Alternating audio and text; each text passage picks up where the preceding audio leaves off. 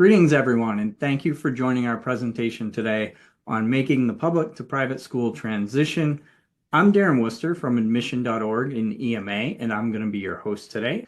Secondly, I would like to thank Wilbraham and Monson Academy for supporting today's presentation. We couldn't do it without their support, so it's greatly appreciated. They are an exceptional co-ed day and boarding school for grades 6 through 12 and postgraduate in Massachusetts. And with that, I'll hand it off to our team from WMA to introduce themselves. Thank you, Darren. My name is Melissa Earls. I am Dean of Academics and Associate Head of School at Wilbraham Monson Academy, and this is my third year. I'm entering my 11th year. I'm Darrell Brown. I work in our admissions office. I coach our girls varsity basketball team. I am faculty advisor for our Black Student Union and our Gold Key Club, and I am pleased to be proud grandparent. My name is Will. I'm a second-year senior at Wilbraham Monson. I am on the varsity basketball and lacrosse teams. I'm Gavin. I'm a junior. This is my first year. I'm from Ottawa, Canada, and I'm a member of the Gold Key Club. Mr. Brown, doing tours. Excellent. Thank you all. Looking forward to hearing from all of you and, of course, getting the student perspective on some of these questions, which should be very interesting. Let's start with the big why. What are some of the key differences a family should expect or be looking for when they're going from a public school to an independent or private school? One of the biggest differences I had with these coming from public school to Wilbraham Monson was the switch to a trimester system and a changed schedule. It's really nice with the way it works with full year courses and term courses that we have here, allowing me to take core courses like history, my language courses, English, and math, as well as exploring some of my passions. Right now, I'm just enrolled in a business data analysis course, which is one of my term courses. So the schedule change was definitely something that was a key difference for me. It allows me to be a little bit more flexible in my days and not have the same monotonous schedule, just to class 1, class 2, class 3. It's really flexible. Yeah, on top of what Gavin said, with no shade to public schools, I would say the key difference for me is just mindset with the students and faculty here. Everyone just seems to care more, and everyone's striving towards the same goal of being a successful student and member of the community. I think that when we have students come here, what we often hear from parents is an appreciation for the fact that there are several sets of adult eyes and ears on the students throughout the day. Our students are assigned an advisor, and that advisor is sort of like their parent on campus, whether they are a day or a boarding student. We also have 2 counselors who work with us who facilitate social emotional issues. There's a dean of residential life, a dean of students. We have 4 college counselors. Their exclusive function is to help our students find the best college fit. So at any time, there are a number of sets of eyes on your students. You can call into the academy and we will be able to give you that update and status day or night, literally, for our boarders. Excellent. Thank you. Our next question, I think, we can maybe address it a little bit from the student perspective as well. But, for students, sometimes the idea of making that transition to a new school is, scary, for lack of a better word in some terms, or leaving their friends, all of those emotions and thoughts. And, will I make friends? Will I get in? How will I fit in? All those questions that can come up. What would you recommend for parents and how they talk to their students about, making that transition? Well, Yeah, the transition at first was definitely a little daunting, but as I moved here and within the first couple of weeks, you definitely find your groove pretty easily. There's all different kinds of kids here, and everyone gets along with everyone. And once you settle in, it's very easy. No one is mean here in any sort of way. So although it seems very scary at first, you'll find it very easy once you arrive. So my why for coming here was I was recruited as a lacrosse player and I wanted a high-end education. So coming here, I knew nobody, but I think Will, and I think I knew Nosa beforehand. But I only knew 2 students, and I knew that I was going to be able to share some passion with lacrosse players because it's my sport. I think that one of the things that's really helped me is the SEAF program personally. There's a lot of different clubs and groups that you can join. But for me, the business aspect has made me or let me meet a lot of people that I wouldn't have met at my public school, and it's helped me fit in with a lot of different people right now. I think that one difference in the public to private transition, most prep boarding schools and day schools have a requirement for afternoon activity. So right away, our students each trimester are required to participate in an afternoon activity, be it athletics, or there are many non-athletic options as well, artistic options, service options, academic-based club options. So students come in right away and register or enroll in one of these activities. And so you're already finding a circle of friends when you're a day or a boarding student. Of course, our boarding students also have the advantage of finding relationships within their dorms, their floors, their roommates. So the system is built to lift you up from the bottom and throw you into activities right away. And that's after usually what is a very robust orientation period for most prep and boarding schools. Thank you. So for families that are looking at schools, they're of course trying to find the right fit or match for their child or student. What are some of the things that they should look for to figure out exactly what's the right fit, or some of the things that they should ask when they're talking to schools? I think a lot of times what I see from parents and students usually are their goal for one, I think their interest. Gavin and Will spoke to lacrosse being kind of the thing that first garnered the interest for WMA, and then you found our business program, which is our SEAF program. So a lot of times it is interest, niche things, and then I think what I love what Will said was the community. Community is huge here. I always joke when I sit down with families and I say, "You kids thrive here. All the kids want to know the new kid. New kid is always the coolest kid on campus, and they settle in very nicely because the community helps every new student feel welcome as soon as they get here." I'm sure both of them can speak to that. Can you guys speak to that? What was your experience kind of coming in as the new kid? Yeah, so this is my first year, so I've had quite the recent memory of it. Coming in orientation as an international student, we had a little bit of a grace period before school officially started and getting into classes, where we could meet new and incoming international students, as well as our dorm prefects, kind of the median between Coach Brown, who's one of my dorm parents, their students that help us kind of communicate some things. And they, as well as Gold Key, they helped us move in. So it let us meet a lot of new international students who were also kind of getting in, which helped a lot.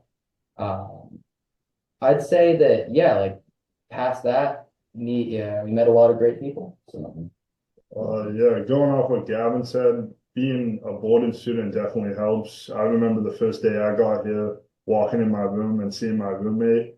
And at first it was very scary, but as the days went on, me and my roommate grew a very close friendship, and that really helps. And on top of what Miss Earl said, athletics or after school activities, you go there the first couple of weeks and you just fit right in. There's no problem at all.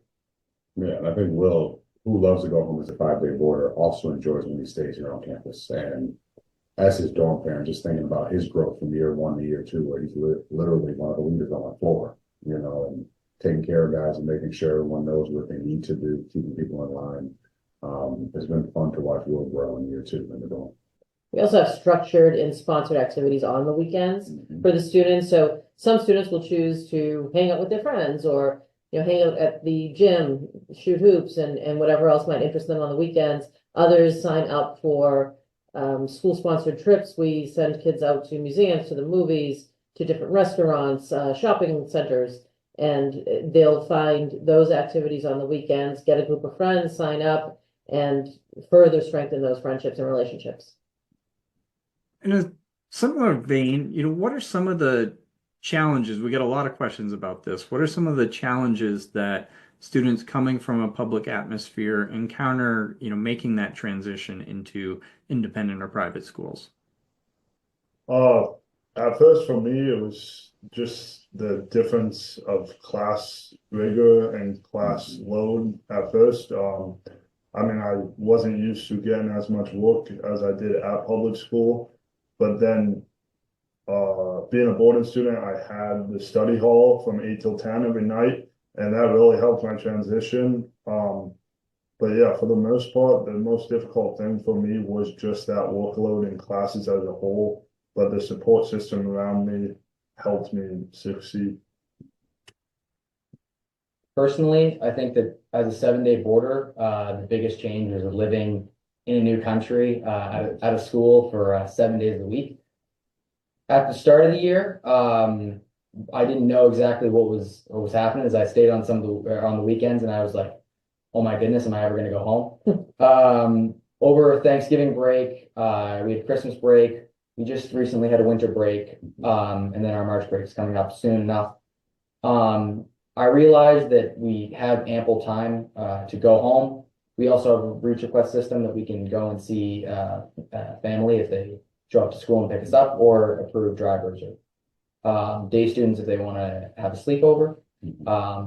But I think that one thing that WMA has taught me is that homesickness is a thing. When I left home, I didn't know what was going to happen. In the first week, I was like, man, am I going to have to go back? But the responsibility it taught me has now made me realize, like, hey, I take this experience every time because it's preparing me for now when I want to go to school in the States, and being ready for the real world. So. Yeah, I think through my two hats, right? I'll speak first as our girls basketball coach. I love when my girls say to me, "Coach Brown, why do all the adults here know me? And why does everyone know exactly what's going on?" I said, because they care, right? It's a different level when they come from public school to our school. And it takes a second for them to understand it's not a bad thing, right? And I think to Gavin's homesickness part as a dorm parent, as dorm parents, we try really, really hard to stay in tune with our children, right? And our students, and just making sure every night on our nightly duty, we're checking in. I asked Will how his game was, right? He's new to basketball. He played hockey last year. He's doing a great job with that. So I love to mess with him about that. Or Gavin, we were just talking about the guitar, just getting to know our students past checking them in and seeing if they're doing their homework, right? This is their home for 10 months. And so making sure they're happy. And if they're not, how can we help them in whatever way facet to make sure it can go smoothly? It's one of the things our parents do tell us to bring together with everyone has just spoken about, whether they're day or boarding students.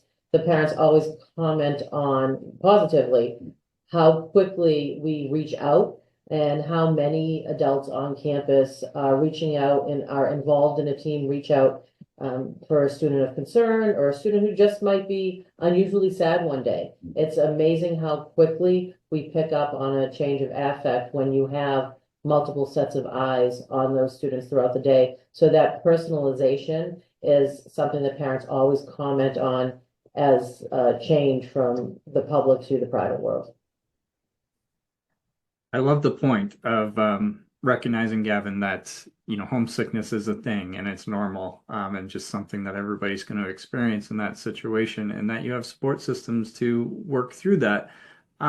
For families, knowing this going into such a big transition, are there things that you recommend that parents can do to help prepare their children for that?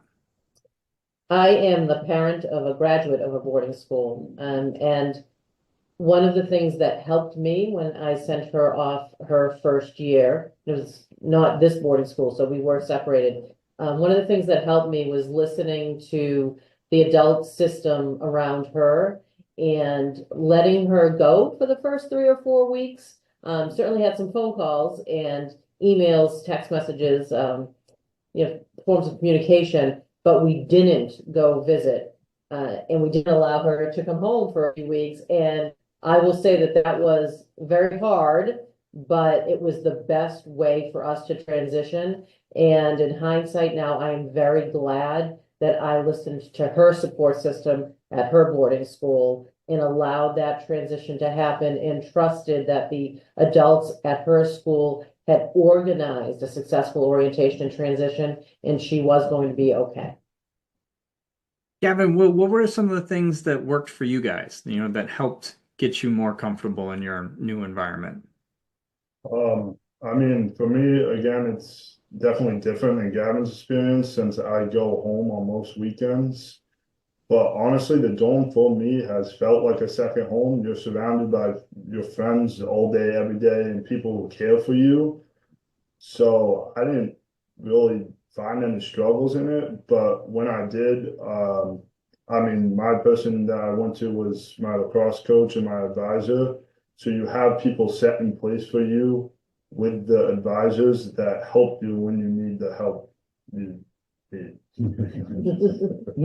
I think Will touched as it comes to personal life, but one of the great things with all the support that we have, and I feel the same way. I got multiple people who stay at 7-day boarders. My roommate across from me loves to go to the gym, so that's an awesome weekend activity. I got Will pretty close, so we won't play lacrosse. But I think academically was one of the other concerns that like coming in.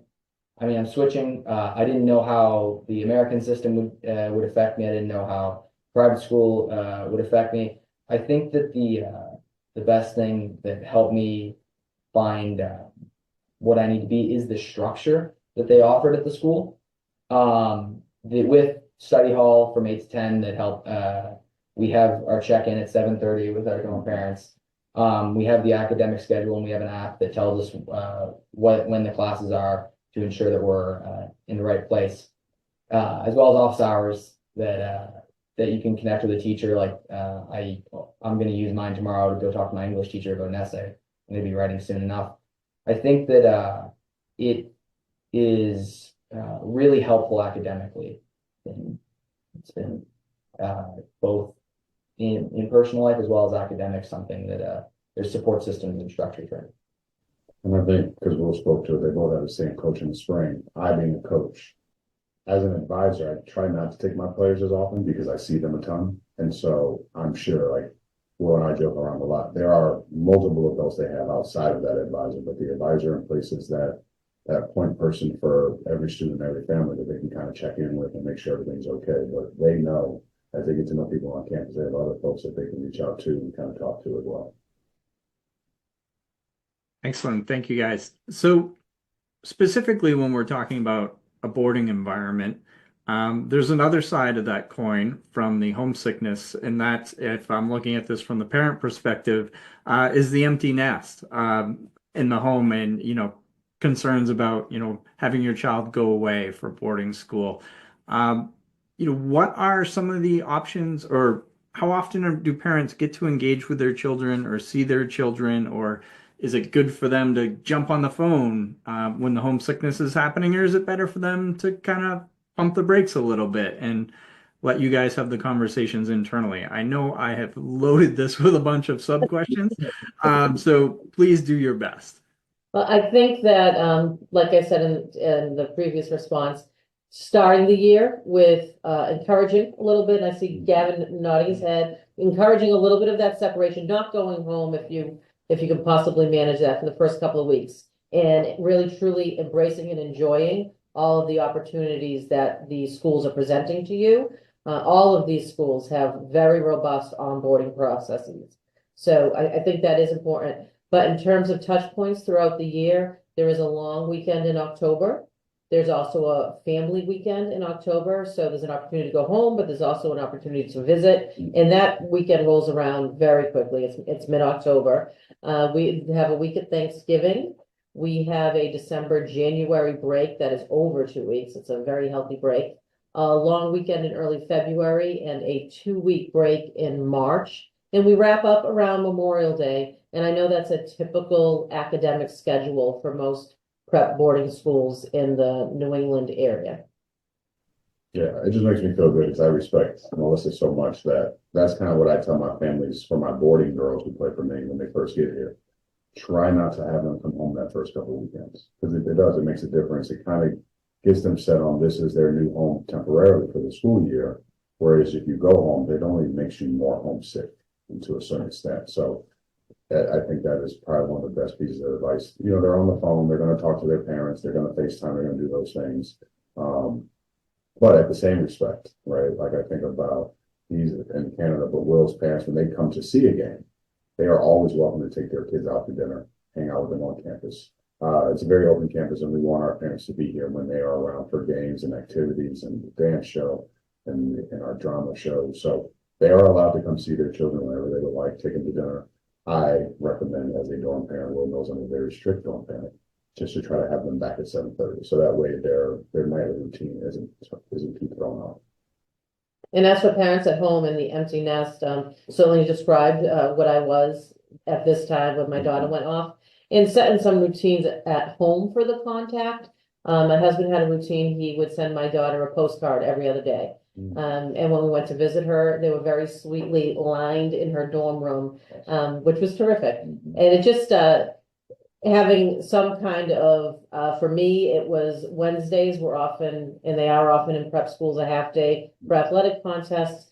I would go and visit her every other Wednesday, and we'd have either dinner or coffee or something like that. So some kind of routine that makes sense for your family in terms of contact. And I can assure you that we are very close with my daughter now, and I am very grateful for the experience she had. A plus was I didn't have to have any of those small arguments, which I look back, and Darrell and I talk often, little arguments about, phone use or bedtime. Someone else was handling those. So in some ways, I almost felt like my relationship with Emma was even more peaceful. Right. So that was a bonus. I'm sold on the that works for me. Now we talked a little bit about the academics, and Gavin, Will, you guys kind of addressed how, that was sort of a step up in difficulty, if you will, if that's a way to rephrase it. What are some of the subjects that you guys see students, coming in and being challenged by in an independent or private school environment? Right. I think that one of the things that really is awesome about moving into private school was the fact that we have a really big curriculum, or a lot of different classes. So for math this year, I can talk about that for a while, but I got a placement test as an international student to understand where I am. And then the same thing coming in as you do a writing sample that places you in the correct English class. And then there's a few more requirements if you want to take certain AP courses. I think that it's the rigor that this school brings is really based on the students themselves.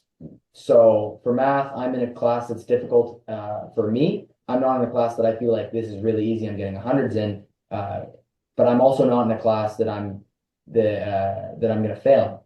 It's placed right at where I need to be. So I think that the school did a really good job with their placement system.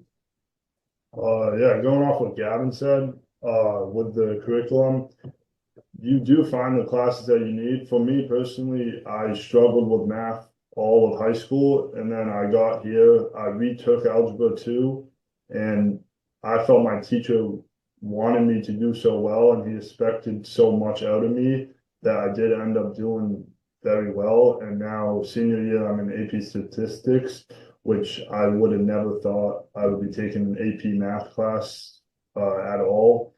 So I believe that because the teachers do their job so well and expect so much out of you, you just work even harder to get better at the things you struggle at as a student. Excellent. That's great to hear that that's been both of your experiences. From the administrative side, is it truly a case of you meet the students where they're at, or do you see common areas where as a school you need to try to bring students up to the level coming in? Well, I think for placement, Gavin's right. We have a pretty involved placement system. We study each transcript that comes to us in great detail, including course descriptions from the sending school, etc. And then we do have placement tests and writing samples that are offered to the students, and we marry both sets of information and find the best placement, particularly in the math science area and the English and world language areas. So we really are meeting students where they are In addition, we do have all of the support systems that Will has referenced.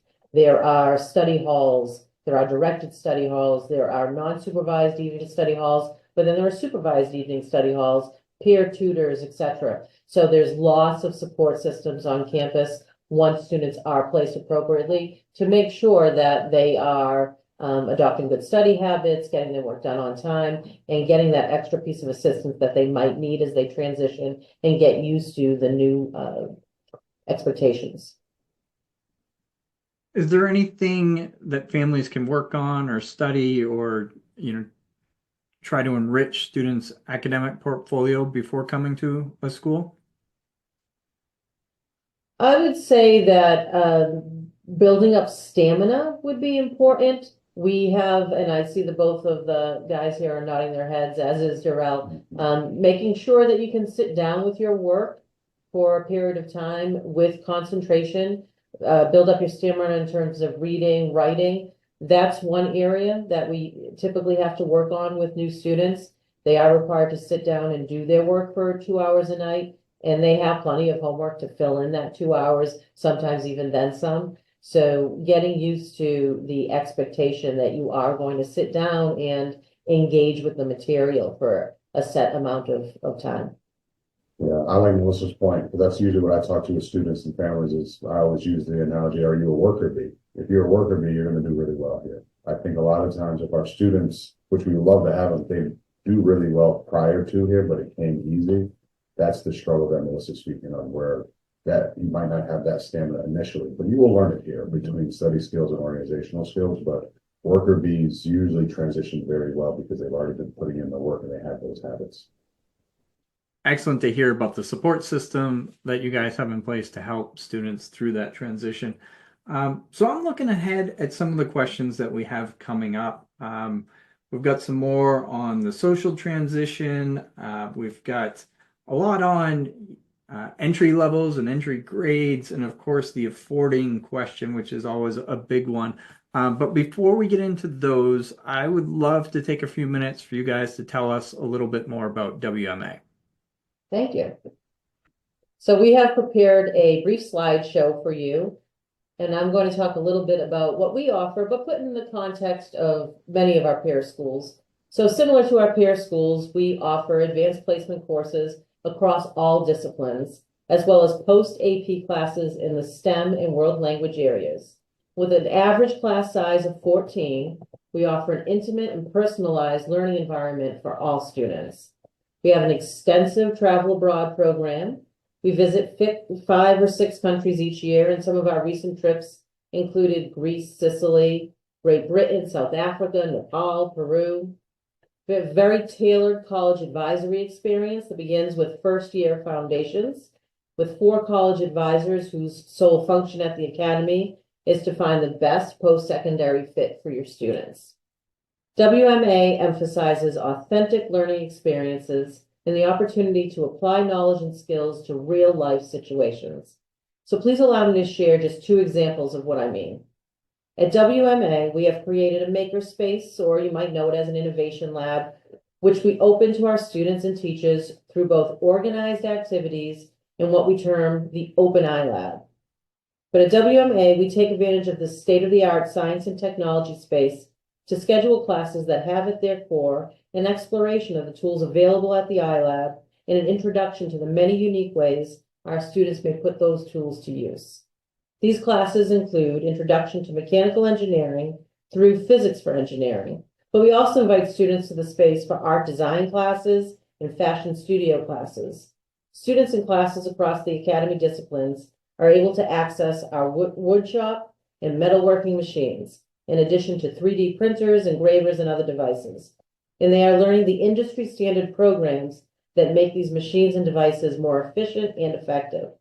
Students in our entrepreneur classes may access the iLab to bring their product ideas to full fruition. And the second example is our award-winning Center for Entrepreneurship, Economics, and Finance, or CEEF, and the many classes and opportunities our students access through this department. I already referenced our entrepreneurship classes, which include global and social entrepreneurship. Students may also select business data analysis, financial planning, stock market analysis, or portfolio management, in addition to AP macro or microeconomics. But what we consider to be the crown jewel of the SEEF program is our student investment seminar. Students conduct research within specific market sectors and present their investment proposals to the WMA Investment Committee, made up of board members and prominent Wall Street professionals. Based on the students' recommendations and the committee's feedback, the Academy allocates real funds into the actively managed student stock portfolio. This is an excellent example of how our students take what they learn in our classrooms and apply it to an authentic situation. We believe very strongly as an institution that we need to give students the ability to see the world through the lens of finance. These students are learning this at the high school level. I have really high hopes for what they do with it. My name is Jim Erzik, and I'm the chair of the SEEF program at WMA. SEEF stands for Center for Entrepreneurship, Economics, and Finance. 16 different business classes, some at the introductory level, some at the AP level. It gives students an opportunity to taste what it's like to be an entrepreneur or an economist or a financial planner. I've taken a lot of SEEF classes. I've taken financial planning, portfolio management, stock market analysis, 2 terms of student investment seminar. And for next year, I plan to take AP macroeconomics, business data analysis, business of sports, and behavioral finance. When I tell people about the course that we take here, everyone is really amazed by it. I'm really grateful. Not many people get this opportunity. There are programs that we offer here outside of the classroom that are pretty special. One is called Student Investment Seminar. And the Student Investment Seminar is the crown jewel in our SEEF department. It's an opportunity for students to go about the process of what people on Wall Street go through every day. And they, at the end, they have to pitch their stocks in a presentation to the board and hope to get chosen, and the school invests real money into that company. The students get so much out of it, but the panelists also get a lot out of it. They are always incredibly impressed that these are teams of high school students. They've described the groups as exceeding what they have seen from similar groups at the college level. When you're able to take a course like investment seminar, you're able to experience how it is to work in that field.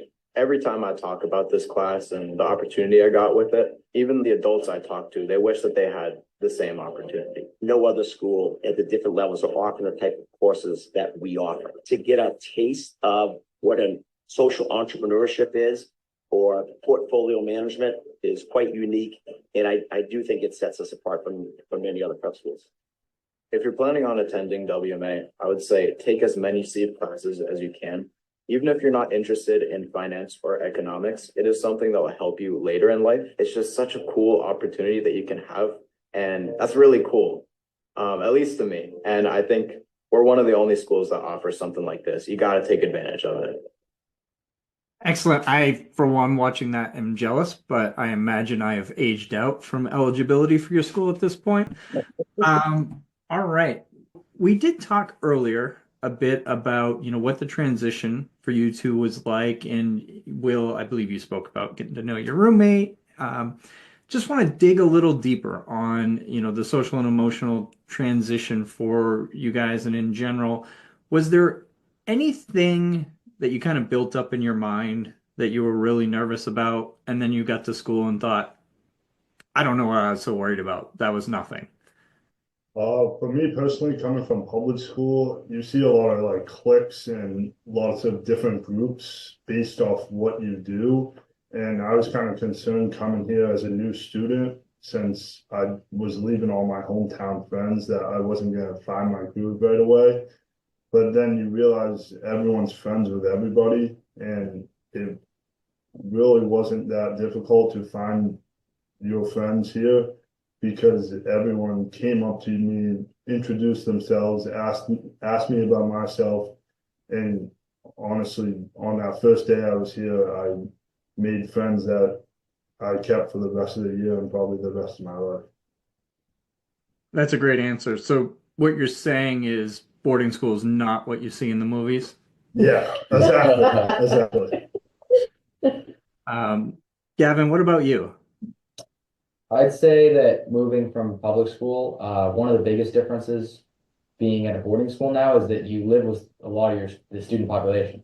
So before, because I was playing lacrosse, I'd have to leave right from school to go to practice, and then wouldn't see anybody really on the weekends because I was playing lacrosse. During the weekdays, I'd be working out and doing stuff like that. I think that so one of the big worries that I got here was like, am I going to be able to integrate with the people when I actually get the chance to talk to people throughout the night? That wasn't a problem, thankfully. One thing is that I get to play sports with a lot of the people that I live with. One of my best buds is named TJ. He's a few doors down from me. And I've talked to him all day. I also have a great relationship with some of the day population, the day students that I hang out with just in the lobby of Rich Hall. So yeah, like being the move, I was a little worried if it was too much time. It's been great. I get to talk to people, get to talk to a lot of people that are going through the same things as I am when it comes to classes, academics, athletics, just moving to a new country even. I can talk to one Canadian who's moved to a new country. So there's someone for everyone here. And I think, yeah, like it hasn't become a struggle as I've gotten to meet a lot of new people. That's excellent. Thank you both. Looking to the administrators now, as you're reviewing applications and taking in candidates, is there something you look for a successful public to private school candidate? Good question there. My eyes are blurry from all the reading. I think for me personally, I'll speak to me and just our school in general. High character is what I look for. I look for recommendations that speak to the student's character, right? Yes, they have to be a good student, but I want to know who they are to their peers. I want to know who they are with the adults around them. And typically the kids who say they're respected by both peers and adults, I love that. That's usually one of the things that check off for me immediately. Obviously good grades, consistency through your years, right? Like I'm a big person who asks for 3 years of grades. I think 2 years, you can have a good year and a bad year, but 3 years kind of give you a good summation of a student. And just their interest, right? I think I have interviewees who ask me this question often, which I love, and they go, what makes this school special? And I think one of the things that makes this school most special is our applicants know where they're applying to. Like they want to be a part of our school. They want the diversity that we have. They want the challenge academically that we have, the student atmosphere that we have. And so we have kids who come here, like Will spoke about really early on, who are like-minded. They're driven, they want to be better, and they want to be challenged. Darrell, you touched on the activities there, and that was right in line with one of the questions that we got. And I think, families often wonder, is my kid doing enough? Are they diversified in their activities enough? Will they stand out to the school because of what they're in or not in? So the specific question was, are good grades generally enough for consideration, or, how extensive do the extracurriculars need to be? I think age comes into it a lot, right? Like they both transferred in older. I think a lot of times middle schoolers coming to ninth grade, depending on their school, like I was a parochial school student. At parochial school, there aren't a lot of clubs. There aren't a lot of things. I just played basketball, right? And so understanding for me then, it's the student in the application saying what they want to get involved in, right? Because there's a lot of pull downs where they can choose things. And a lot of kids who are like, I'm open to new things. I want to try clubs. I want to do this. I want the ambitious kid, like the kid who wants to try things. I think for our older students, specifically Will and Gavin, we recruited them for lacrosse, but they wanted new things. I mean, the cool thing about Will is we restarted our hockey program. Will played hockey last year. They didn't want to play hockey again, so now he's playing basketball this year. We've had students, we once had a student who did something every trimester, a different activity for their 4 years, right? Just trying new things, getting to know new people. I think all of those things, can be available to you, but activities are huge, right? But it's more so what you want to do when you come here as well. Curiosity and creativity. Now, if there's a way for an application to portray the student as a curious student who wants to know more and who wants to try out new things, travel new places, whether on the page or in real life, that curiosity stands out to us in creativity. we can teach you all there is to learn, but especially in an evolving world of AI and ChatGPT, how creative are you to take what you know and apply it to new situations, to take what you know and have an authentic experience based on that new knowledge. So those two characteristics, we look to see if they stand out to us as well. I hope that's reassuring for families, especially those perhaps with limited resources and unable to do different things that, from what I'm hearing from you, it's not so much what they've done so far as what they are looking at, in your case, WMA, to do at your school and to try at your school. Absolutely, 100%. Excellent. Now, a little bit more on the nitty-gritty side of, how it all works. At the basic level, what are the main entry grades that students would typically come into a school such as yours? Well, we're grade 6 to PG, and we have students that enter at each of those grade levels, Darren. So typical, many students enter our middle school at grade 6. The next most common entry point is 9, and we have many students who then join us at 10, 11, and 12 PG. Our PG students are deliberately here for 1 year, and by definition, they've received a high school diploma from a different institution. So it's very common for us to absorb transfer students throughout the 4 years of the upper school and postgrads. All right. And through middle school too, just common to take students at 7th or 8th grade? There are years where our school is a little bit more full. Our middle school is much smaller than our upper school. So the most common entry point is 6. And then often we have some availability in 7 and 8. It's more limited by sheer volume, the size, the number of desks in the classrooms, much lower than the upper school. All right. We also had a question about reclassing. Could you describe what that is and whether or not that's something that's common? Did either of you reclass? Yeah. You did. Both of us have. You both have. That's Look at why- this. that's why I give I'm it. going to throw this one back to the boys because they both have had the experience. So, Will, you want to talk about your reclass? Yeah, reclassing to me played a vital role in everything.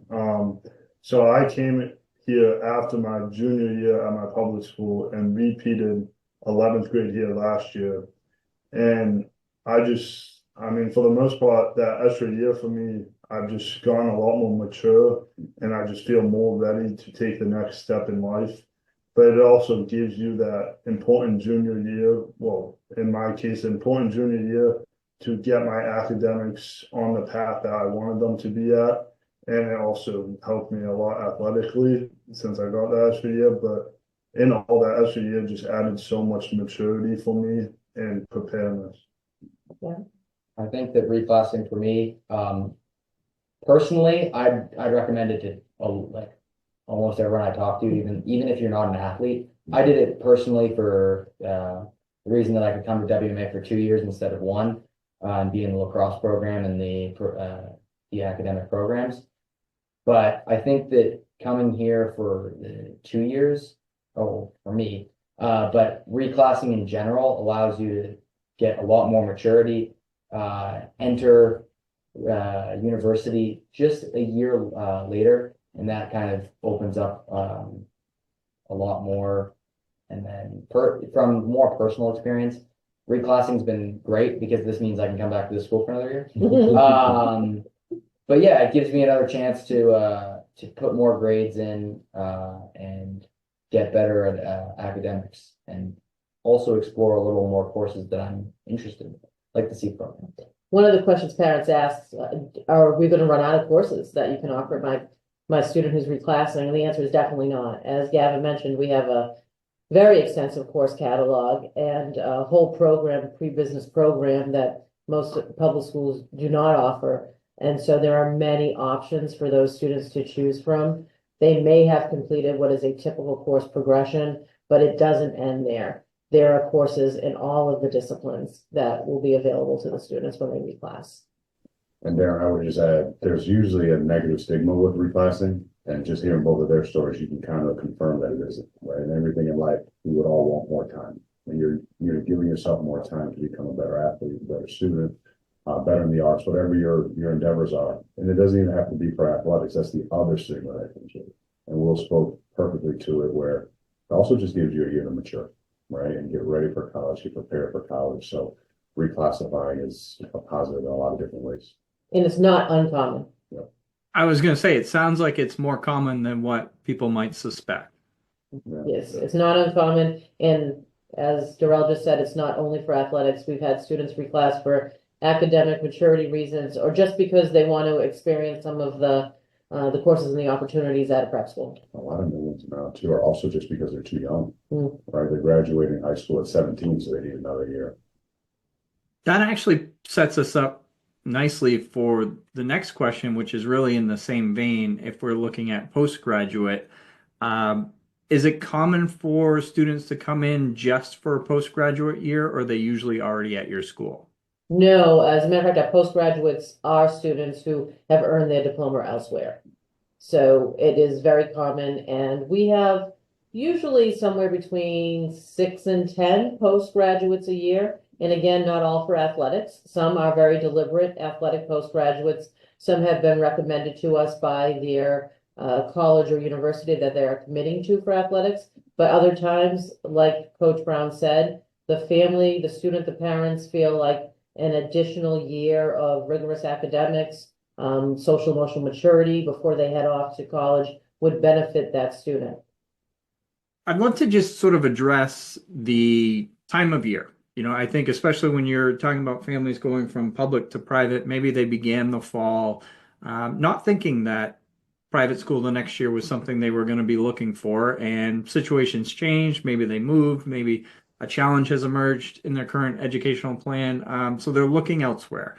And now they're looking at independent schools, and they're discovering that the traditional application deadline, you know, from January through early February is kind of passed. What options are available to them at this juncture in the process, and are there things that they should be asking schools about? Well, for me, I work in our day cohort here as well as our postgraduates. And so I see a lot of that after the initial deadline, just because, as you said, Darren, a lot of students, they don't plan on not being happy where they are when they start the school year, right? And you get midway through the year and just feel like you need a change. And so now, to your point, you can just call a school. So you can call us, start the process now. We are enrolling admission right now. So that just means call us, get you here for a visit, come in for an interview, and then you can start your application. And when it's done, you know, after that March 10th decision deadline, we can give you your decision right after that, as soon as your application is completed. My perspective on that is that's becoming far more common. Where schools, especially the boarding schools, continue admissions or open up a second admissions season. As you look across the landscape in your industry, you know, are you seeing that as well? We are, especially also, so if we're looking at the athletics piece, you know, the spring sport athlete. Spring sport athletes don't know how their season goes until the spring play is out. And so a lot of times, to their point, being reclassed juniors, you know, Will plays his junior year, realizes he needs a new challenge, but he didn't apply to prep school. Now he can apply later, enrolling admission to try to apply to a school. So it is becoming a lot more common. If there's space in a class at a grade level and the student is admissible, they present a healthy application, we feel like it's a good mutual fit, and there's room for them in that class, we're happy to have them on a rolling basis. Excellent. If I could just throw in a plug in there too for families, I think the positive is there are opportunities still available to you, and we typically compile a list of our member schools who are still accepting students. That list grows throughout the spring. So really, it's hard waiting, but late into April and May is when you'll really see that list grow, and you can find that on our search. The big question, of course, affording. You know, what are some of the options available to them to make the educational experience affordable for them? The financial aid options can vary across schools, but I will say that you would apply for financial aid concurrently with your admissions application, and there is financial aid available. It's a very personalized process, so I can't speak to individual requests for more information, but there is financial aid available. It is in grant format, not loans here. Some schools may offer loan format that wouldn't apply to us. We also offer payment plans. and we'll try and work cooperatively with the parents on payment plans to make the process something that works with your family budget month to month. You guys have mentioned athletics a lot. So I've got the impression that WMA is a school for very competitive athletics. What about for the other student that, just wants to participate, have fun, have the high school sports experience, but they're not necessarily at the elite competitive level? That's funny because our panel might be a bit skewed towards our competitive teams. Our boys lacrosse is very competitive, championship caliber certainly. And Darrell happens to coach last year's New England champion girls varsity basketball team. But that doesn't describe all of our sports, Darren. We have many sports that are not nearly as competitive. They certainly enjoy their time playing. They are learning how to be good athletes. They are learning the elements of fitness and exercise. So there are many options that are not nearly as competitive as those that this panel is currently participating in. We have 29 sports, and there are multiple levels to those sports. So as good as some of our basketball players are, for example, we have JV and even fourths and thirds and middle school levels of basketball where we're encouraging the students to learn the game, the rules of the game, and just really form friendships and learn about being on a team and working cooperatively and the elements of sportsmanship. That's much more common than the elite levels that these three have been talking about. And then we also have lots of opportunities for our non-athletes. Those required afternoon activities I talked about, they also include musical ensembles and finding performing arts options, a service club, an outdoors club, Model UN, Model Congress. So there are many opportunities outside of the athletic realm for the students to get involved in as well. I actually think Will's a great example of that. As big time as he is in that lacrosse, he rejoined basketball in his career this year, right? And it is not our prep level, but it's a very competitive varsity level. You want to talk a little bit about that, Will? I mean, yeah, I never played basketball until this year. And I joined just because a lot of my buddies were on the team and I just wanted a change of scenery from hockey. So I joined and I somehow made the team and I'm just improving every day. And I've kind of like found a hidden love for the game that I was not expecting. Basketball, the best sport. But also going off what Miss Earl said, the lacrosse team is very good. And last year we had multiple high-level commits for college, but even then, there was lots of kids that had just picked up their stick for the first ever time, and they would still come out on the field and compete with us. And Coach Mack and all the guys on the top of the team still we encourage them to play and we try to teach them how to play. And it's more of a brotherhood and family whereas it's not like looking down upon those who aren't as talented, and we still encourage them to come out and play and try the sport. Excellent. As we get to the end of our time, one last question. I'd love to give the arts their due as well. What is sort of the differential between, doing arts programs in a public school versus an independent school? Probably the time and the schedule. Many public schools will offer, perhaps one production a year, one musical.